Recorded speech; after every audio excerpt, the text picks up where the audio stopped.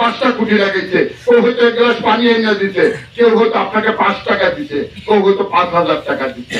আমি বলবো আমি 5,000 দিচ্ছি, আপনি 5 টাকা দিচ্ছেন, তারপরে আমি বলবো আমরা সবাই মিলে করেছি। কথাটা বুঝছেন?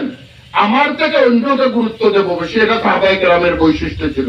তারা যখন এক প্লেটে খাইতে বসতেন, কথাটা বুঝছেন, খাইতে বসছেন, এক সাহাবী আরেক সাহাবীকে খাইনি তেলাইয়া দিতেন। আরে যুদ্ধের মাঠে এক সাহাবী বলছেন পানি, আরেক সাহাবী পানি নিয়ে আইছেন, উনি পানি মুখে দেবেন, আরেক সাহাবী বলছেন পানি, ইনি বলছেন আমাকে না উনিকে দিয়ে আসো।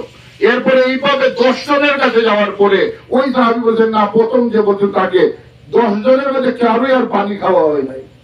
তারা একজনে আরেকজনকে ঠেলাইয়া দিতেন। একের থেকে আরেকজনকে গুরুত্ব দেবেন বেশি, এবং প্রত্যেকের মধ্যে নেতৃত্বের যোগ্যতা ছিল।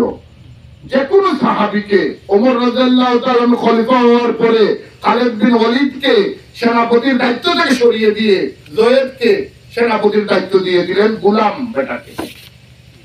কথাটা বুঝছেন?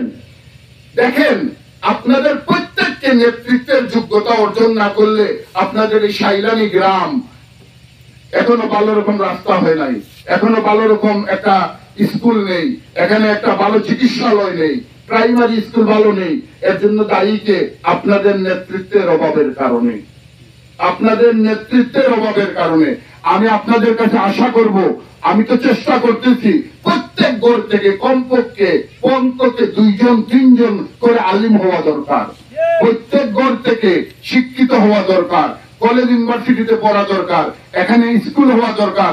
আমি অনেককে বলি যে তোমরা